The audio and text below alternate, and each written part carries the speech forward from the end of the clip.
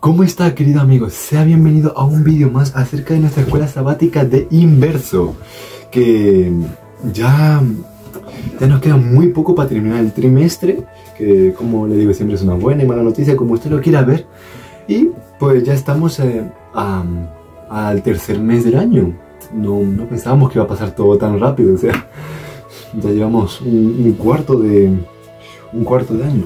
Pero es magnífico que las cosas que ya le hayan sucedido a usted, tanto como cualquier persona que esté viendo, y que solo esperemos que el Señor sea quien nos guíe, nos cuide sobre todas las cosas. Así que yo le invito a que me acompañe en una oración y ahora vamos a empezar con el estudio de la escuela sabática. Así que oremos.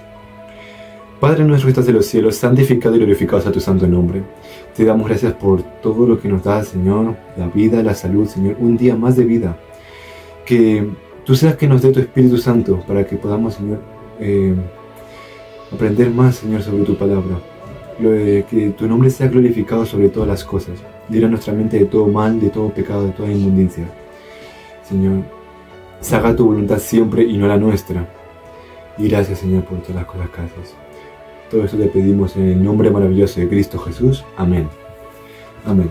Pues bueno, como usted habrá estudiado, yo tengo la fe de que sí haya estudiado, la escuela sabática de este trimestre se titula Afrontar el duelo. Mire, esta escuela sabática es un poquito distinta a todas las que hemos dado hasta ahora. ¿Por qué? Porque básicamente abarca, ¿cómo lo digo? Abarca un tema un poquito profundo, un tema que sí, se suele dar bastante. Pero sobre todo cuando ya somos adultos. Que básicamente es la pérdida. En este caso la escuela sabática ¿cómo diría? Básicamente lo enfoca la pérdida de un ser querido. Un ser querido. Más que todo la pérdida que muere, usted me entiende, ¿no? Ya es más eso que una pérdida de ay no, es que me dejé de llevar con esta persona. Pues eso, lo enfoca más hacia eso, así que yo como siempre le digo que la escuela sabática está dividida en días, tal, y pues el día sábado nos empieza hablando sobre un testimonio. Y aquí por fin descubrimos una cosa, que el señor que habla todo el rato contando testimonios era un pastor al final. Y aquí cuenta su testimonio acerca de una pérdida. Este pastor ya tendrá sus pico años a lo mejor. Y él cuenta básicamente que uno de sus momentos más duros de su vida era cuando perdió a su madre a los 56 años que ya tenía, creo. Haber entendido. Que el pobre la perdió y tal. Y pues dice que ya en ese momento era pastor y tal. Y como que se encontraba en una situación, como todo el mundo sabemos, pues, dolorosa. Y quería estar con su madre, la echaba de menos. Y sí, recibía ánimos de los hermanos de la iglesia, de muchos amigos, de muchos familiares. Recibía muchos ánimos, claro. Que ya verás como con el tiempo todo se cura, la volverás a ver. Luego vi un comentario que él dijo que no me pareció muy ofensivo. En el sentido de que decía, qué milagro fue que el Señor haya sido tan misericordioso para llevarse a tu madre tan rápido. Y eso en parte sí, porque ya está descansando, ya no tenemos que sufrir por las cosas de este mundo, pero eso es un poco fuerte. Pero ¿a dónde quiero llegar a la conclusión de todo esto? Básicamente, el pobre sufrió. Y como todos cuando recibimos una mala noticia, ya sea la muerte, la pérdida, un problema que se nos ha venido sobre encima, pues tristemente, a la nada como seres humanos que somos, decaemos completamente, una depresión, una angustia terrible, una ansiedad, estrés, todo lo que hemos tratado ya en las escuelas sabáticas anteriores. Y como ustedes bien saben, hay una única salida, la única solución a todo, fuente de problema y de mal es Cristo. O sea, Cristo es la fuente de la solución de todo eso, no es la fuente de todo problema y de mal, perdón. Que Cristo es la única solución ante esas cosas. ¿Qué pasa este pastor? Pues como su ministerio de pastor le pasó el tiempo y acabó aprendiendo de que sí, que finalmente Dios sanó sus heridas y le dio la esperanza de que sí volvería a ver a su madre. Y eso es lo que vamos a tratar en esta escuela sabática, básicamente. De que el Señor, da igual cuál sea la situación, cuál sea la pérdida, ya sea material, física de una persona, o sea, en el sentido de que ya si pierdes un trabajo, un empleo, es lo mismo. Un trabajo, una persona muy querida, ya sea porque haya partido al descanso, porque hayan ocurrido problemas, ¿me entiendes? Cuando pierdes tu casa, el dinero, el coche, ¿me entiendes? Porque el Señor nos promete que nunca, nunca nos dejará solos. Y eso es lo que se enfoca en nuestra escuela sabática de hoy, bueno, de esta semana, que es, si no me equivoco, para el 15 de marzo. Así que ya dando esta apertura, pasamos al siguiente punto, que es llorar con esperanza. Este puede que sea el punto más largo de todos. Ahora yo quiero que usted me acompañe básicamente al pasaje que nos da de lectura la escuela sabática, que se titula, que está en Primera de Tesalonicenses 4, el capítulo entero. Vamos a ir leyéndolo despacio. Los primeros capítulos van a enseñarnos, cuando usted ya lo haya buscado, va a ver que se titula La vida que agrada a Dios. Los primeros capítulos nos enseñan cosas más o menos de la vida cotidiana. Y los últimos capítulos nos empieza a hablar acerca de la pérdida. Y ahora vamos a ver por qué, que se encuentra en el contexto de la carta a los tesalonicenses. Así que, si usted me acompaña, empecemos a leer. Versículo 1.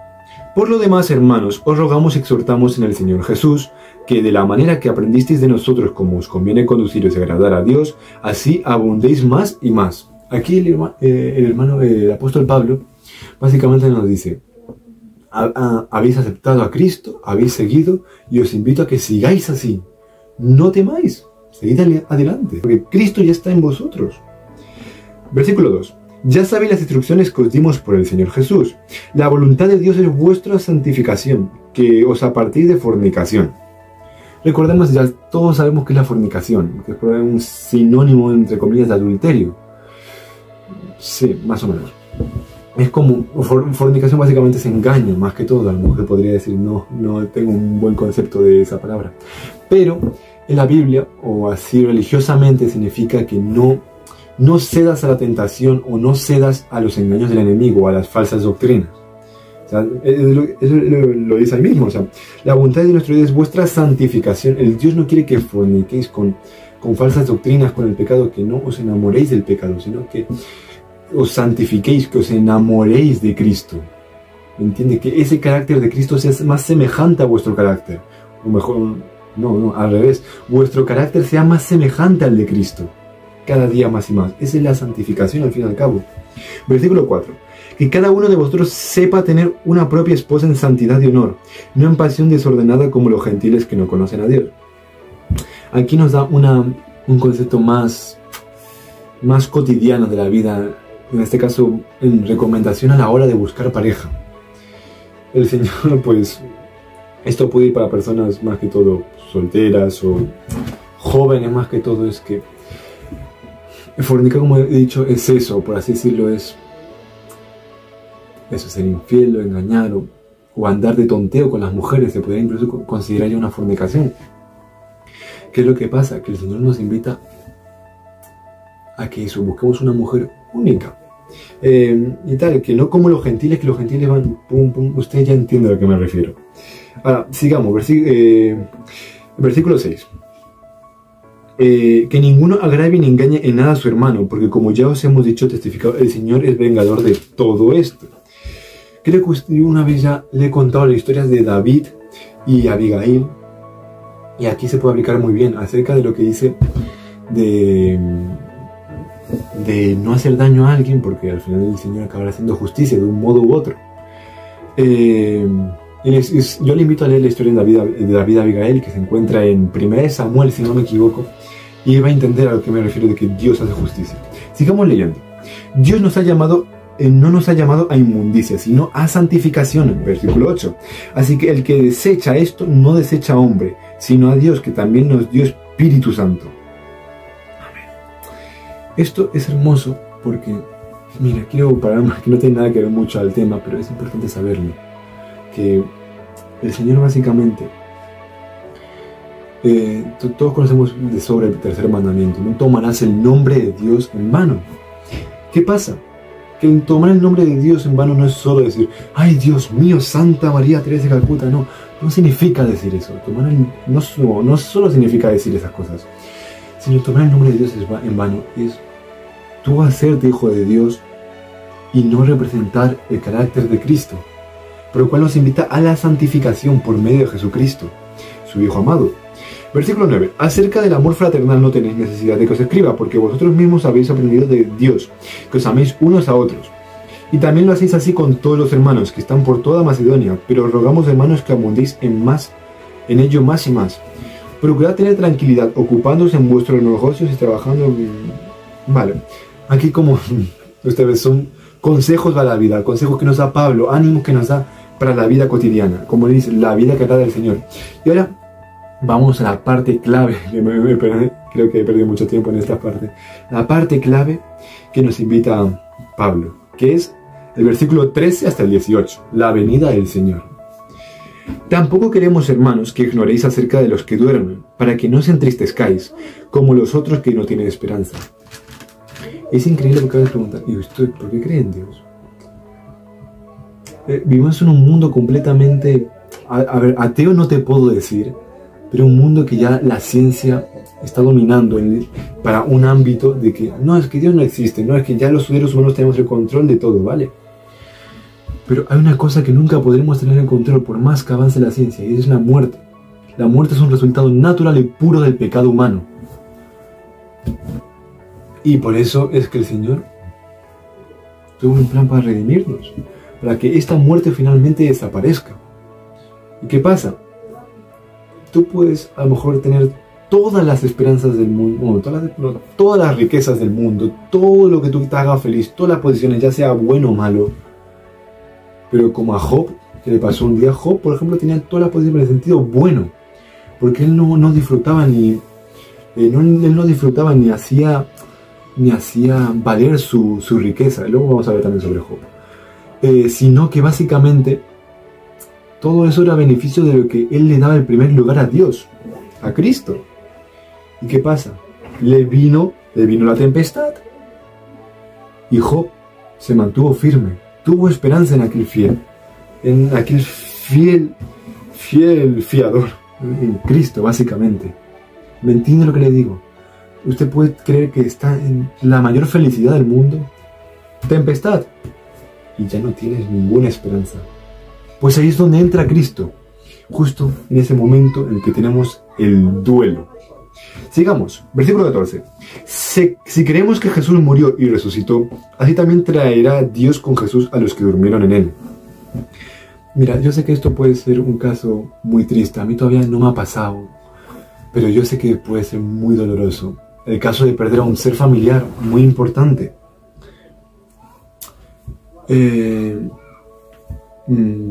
¿Cómo le explicaría? El Señor aquí nos está dando esperanza, porque esto lo está contando en un contexto en el que la iglesia de Tesalónica había perdido a muchos seres queridos y estaban tristes. Estar triste no es malo, es bueno. El mismo Cristo estuvo triste en Getsemaní. Él mismo lo dice en Mateo, no me acuerdo qué versículo era, ahora he apuntado, pero él mismo lo dice básicamente, bueno, en Mateo 26-38, que él estaba angustiado hasta la muerte. Jesús también lloró en la tumba de Lázaro. Así que no es malo llorar, es bueno desahogarse. Y al final de esa depresión, de esa angustia, está Cristo. Cristo te dice a ti, no temas porque yo estoy contigo. Así como lloró Cristo porque iba a morir, porque porque los judíos le iban a rechazar, aquellos por los que tanto amor estaban matando ahora. El Padre lo resucitó a los 3 días y lo exaltó. Lo resucitó a los 3 días y lo exaltó. Y alabado sea el nombre del Señor por ello. Pero nos da la esperanza de que si usted alguna vez ha perdido algún ser querido, también es otro tema muy importante hablar de esto, que no sabemos qué clase de vida habrá tenido ese ser querido para merecerse el cielo o no, para estar con Cristo o no, ¿me entiende? Pero pase lo que pase, el Señor, ahora mismo no me acuerdo del versículo, pero ¿qué es lo que creo que era en Isaías? ¿Qué decía? Quiero que sepas acerca de los planes que tengo de ti, que son planes de bien y no de mal. Básicamente, todo lo que pase por más que pierdas un ser querido, te vaya mal en alguna cosa, o bien, ¿me entiendes? No es para mal, es para bien. El Señor quiere tu bien, quiere tu salvación porque te ama. Por lo cual, aunque pierda un ser querido, ya lo llega a ver en el cielo, ¿no? La hermana White dice que por más de que tú tengas un gran amigo, un ser querido que tanto ames, y no lo llegues a ver en el cielo, la grandeza de estar con Cristo va a ser tan grande que va a ser tu consuelo por toda la eternidad. ¿Me entiende? O sea, por eso es tan importante compartir el Evangelio. Para no dejar, como dijo Cristo, no has dejado de que ninguno de estos se pierdan. Es la misión que nos encarga Dios a cada uno de nosotros, no dejar de que nadie se pierda y que lo conozcan, para que luego no exista la excusa de que nunca me presentaron el Evangelio. Pero ya ve por dónde van los tiros. La esperanza de Cristo es inevitable, ya sea de una manera u otra. Vamos a ir leyendo. Versículo 16, si no me equivoco, me he quedado. El Señor mismo con voz de mando, con voz de arcángel y con trompeta de Dios descenderá del cielo. Entonces los muertos en Cristo resucitarán primero. Esta es la gran promesa. Tú, si has creído, has tenido fe en Él, has vivido en Él, y hayas sido redimido. Y el Señor cuando venga, con voz de arcángel y de trompeta, te va a resucitar en ese último... Bueno, no tiene sentido, pero sí, te va a resucitar en aquel día. Digo que no tiene sentido de que tú sigues vivo todavía, pero todavía no sabemos lo que nos puede pasar. Por eso es importante pensar acerca de ello, del milagro que es tener un día más de vida. Porque nosotros pensamos y decimos, oye, pues me acabo de levantar, me lavo los dientes, desayuno, voy al colegio a trabajar, a estudiar, vuelvo, familia, casa, hogar, qué guay. Y claramente, en primer lugar, Dios, si es que el Señor te da el privilegio de conocerlo, y si no, algún día lo tendremos todos, ese privilegio de conocer a Cristo, y ya no sé qué, lo que hagas en tu día a día y a dormir. Pero, ¿y si eso no fuera así? ¿Y si eso no fuera así? ¿Y si por cualquier casual te diera que un día tú ya no te despiertas nunca más? Ahí. Por eso, la Biblia nos menciona 2 tiempos de angustia. No, perdón. ¿Cómo se llamaba esto? 2 tiempos de gracia. El tiempo de gracia para toda la humanidad, que cuando ya se termine ese tiempo de gracia, ya todo el caso de todos están decididos, unos para salvación, otros para perdición. Lo que siempre mencionaba Cristo con lo de la parábola de las 10 vírgenes. Pero aparte hay otro tiempo de angustia. Es el tiempo que tú tienes con tu vida. Tú no sabes en qué momento te va a tocar partir al descanso. Por eso el Señor te invita cada día: ámame y conóceme. Porque es el mayor regalo y don del cielo, que es Cristo. Y nunca te arrepentirás de ello. Por eso, es que es maravilloso. El Señor mismo con voz de mando, con voz de arcángel y de trompeta de Dios, descenderá del cielo, y entonces los muertos en Cristo resucitarán primero. Esa es la resurrección primera, y amén. Pero si usted ha creído, estará ese día ahí en la venida de Cristo. Versículo 17. Luego nosotros, los que vivimos, los que hayamos quedado, seremos arrebatados juntamente con ellos en las nubes para recibirle al Señor en el aire, y así estaremos siempre con Él. Y así el Señor nos permite formar parte de ese grupo mencionado en Apocalipsis 14, los 144.000 sellados que permanecerán hasta el tiempo del fin, hasta ver a Cristo, porque ya estamos en el tiempo del fin, pero permanecerán por todo el tiempo de angustia y todo lo que tenga que pasar hasta que Cristo ya esté aquí en la tierra. ¿Qué es lo que dice? Y lo recibiremos en el aire y estaremos siempre con el Señor. El Señor nos arrebatará de esta tierra por fin, vendrá a por todos sus hijos. Ya todo está finiquitado. Y nos llevará al cielo y reinaremos con Él, dice. Y así estaremos siempre con el Señor. Si ese es tu deseo, diga amén. Porque ese es el plan que tenía Cristo desde un principio. Cuando estaba idealizando los moldes de la tierra. Ese era lo que vivía Adán y Eva antes de la caída del pecado. Ese era el plan de Dios cuando habló con Moisés en Getsemaní. Cuando le dijo al pueblo que quería hacer un pacto con ellos. El plan de Dios era ese: yo seré tu Dios y vosotros seréis mi pueblo. ¿Qué es lo que sigue diciendo en esa gran y maravillosa promesa? de vosotros seréis mi pueblo. Mira, ahora mismo no me acuerdo el texto en Éxodo, pero sí que me acuerdo en Hebreos. Y es precioso, lo he leído tantas veces que es precioso. Mira, si lo quiere buscar conmigo, Hebreos 8:9. Bueno, Hebreos 8:8 al 10. Pues reprendiéndolo dice: vienen días, dice el Señor, en que estableceré en la casa de Israel y la casa de Judá un nuevo pacto. No como el pacto que hice con sus padres en el día que los tomé de la mano para sacarlos de la tierra de Egipto. Versículo 10, pasamos directamente. Por lo cual, este es el pacto que haré con la casa de Israel. Después de aquellos días, dice el Señor, pondré mis leyes en la mente de ellos y sobre su corazón las escribiré y seré a ellos por Dios y ellos me serán por pueblo. Y amén. Amén. Ese es el objetivo final que quería darnos a entender el apóstol Pablo. De que Él será nuestro Dios y nosotros seremos su pueblo.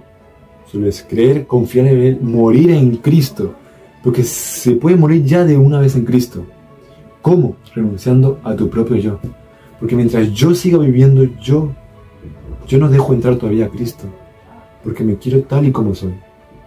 Pero yo no sé todavía que soy impuro, egoísta, fornicador de todo. El ser humano por causa del pecado se ha degradado. Cristo es el que nos da la promesa esta: pondré mis leyes en la mente de ellos y sobre su corazón las escribiré. Porque por medio de Él somos salvos. En Él somos salvos.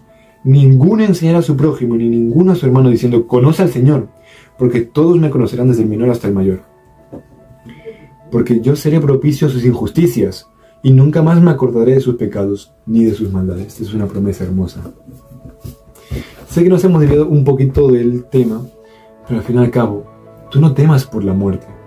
Es solo un descanso. Mira, ¿quieres saber qué es la muerte? Pestañea. Eso es la muerte. Va a ser un cerrar de ojos, un segundo, abrir los ojos y ver a Cristo ahí, exaltado con todos los ángeles del cielo. Y no temas más por la muerte, ni por la pérdida. Mira, acompáñame otro versículo más. Apocalipsis 22:4. Este, por si no lo sabes, es mi versículo favorito. Y es precioso. Apocalipsis 21:4. Enjugará Dios toda la lágrima de los ojos de ellos. ¿Tú has llorado alguna vez? Pues amén por ello, porque Dios te limpiará esas lágrimas. Y ya no habrá más muerte, ni habrá más llanto, ni clamor, ni dolor, porque las primeras cosas ya pasaron. Todo esto se va a ir, no tengas miedo. Ten fe en el Señor y mira en las cosas de arriba, en las cosas celestiales, es lo que nos dijo Cristo. Poner la mira en Él. Porque las primeras cosas ya van a pasar. Luego, yo creo, como le digo, esta es la parte más importante. Al final lo he convertido en toda la escuela sabática. Pero es que es hermoso saber eso, de que por más dolor que podamos tener, Cristo es el que nos consuela. Yo sé que a lo mejor yo puedo ser muy insensato porque a veces hablo y no aplico, porque es muy difícil, pero ore. Cristo, tomemos el máximo ejemplo, el antitipo que es Cristo.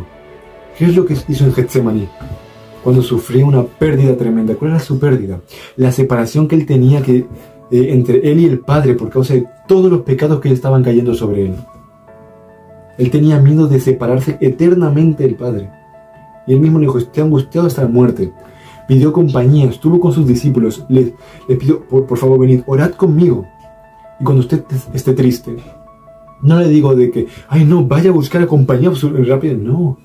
No siempre tiene que ser así, pero uno de los elementos claves es la oración. Ora a Dios, aunque no sepa qué decir, exprésale, ábrale el corazón. Eso es la oración, abrirle el corazón a Dios. Y el Señor va a obrar. Hermosa y grande es la promesa y fiel es quien la hizo. Y amén por ello. Ahora, pongamos en el caso contrario. Imagínense que usted está con alguien que ha asumido una pérdida. ¿Cómo podría consolarle? Primero, si no está con esa persona, ora y pídele al Señor que le dé las fuerzas suficientes. Si está con esa persona, no abras la boca, porque no sabe, porque cuando uno sufre una pérdida así, está en un momento crítico en el que cualquier cosa le puede sentir mal, como cuando estamos tristes y nos dicen algo, pues explotamos, reventamos, ¿me entiendes? La compañía siempre es el mejor. Siempre una compañía en silencio principalmente es la mejor compañía. y escuchar también. Ya cuando ya te pidan tu opinión, por así decirlo, o ya se te dé la oportunidad de hablar, habla con amor y consuelo, como hizo Cristo. Ya sea con cuando murió Lázaro, igual cuando habló con Marta y María. Les dio la esperanza de que resucitaría el día final. Eso es lo que podemos hacer en un caso que se nos hace. A mí una vez se me dio ese caso con un amigo. Y eso, a veces el mejor acto es estar en silencio y acompañar a esa persona que sufre. No tenga miedo por el sufrimiento. Es normal, vivimos en un mundo en pecado. Cristo también sufrió en Getsemaní. Él lloró en la tumba de Lázaro al saber de que todos los que fingían estar tristes querían matarlo. Jesús también estaba triste por todo el amor que él mostraba y el rechazo que recibía. Así que, hermano, cualquier pérdida que haya tenido usted, ya sea de una persona porque se haya alejado de esa persona, haya partido al descanso, haya perdido un trabajo, una gran oportunidad, tenga fe en Dios, porque como le he dicho, los planes de Dios son maravillosos, son para bien y no para mal. Y aunque parezca que todo va mal y piense que todo está yendo para mal de ti porque estás sufriendo, créeme que la gloria que tendremos allá no será nada comparado a lo que hay en este mundo. Porque el Señor es grande, fiel es la promesa y fiel es el que la hizo. Así que ten fe que el Señor estará contigo. Así que buena semana, hermano, o feliz sábado el día que vea esto. Y esperamos en el siguiente vídeo. Que el Señor la acompañe.